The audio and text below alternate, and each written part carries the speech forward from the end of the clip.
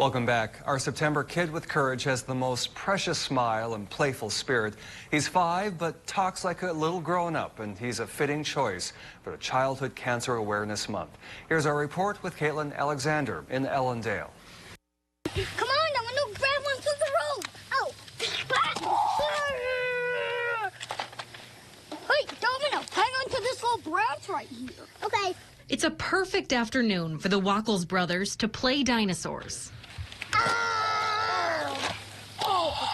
Then again, if you ask big brother Rourke, there is no bad time to play dinosaurs. Even when on days where he wakes up and he looks terrible and you know he doesn't feel good, you're like, how are you doing? And he goes, good. Sort of like when you ask him how his medical appointments are going. Perfect. It's Rourke's optimism that's perfect. The journey itself has been less than. And then they figured it out that was leukemia. Yep.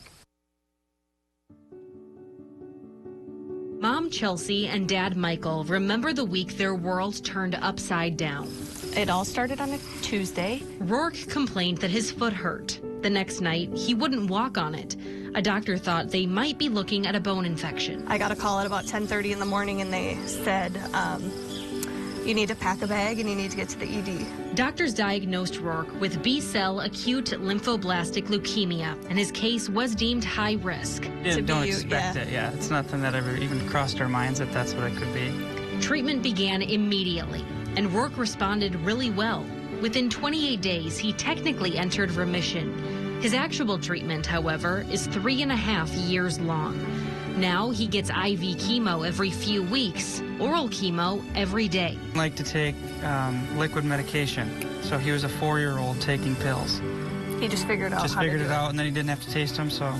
I just did that myself.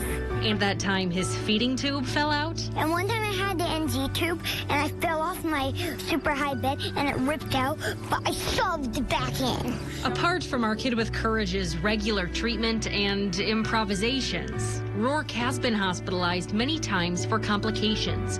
In his case, a fever could prove life-threatening. But in classic Rourke fashion, each admittance is a chance for this dino-loving kid to see his friends, Dr. Whitney Thompson and Dr. Kara Anderson, and dare we say, play. He takes every single one of those complications in stride and with a huge smile on his face. And every time he comes in, despite how sick he is, we have a lot of fun.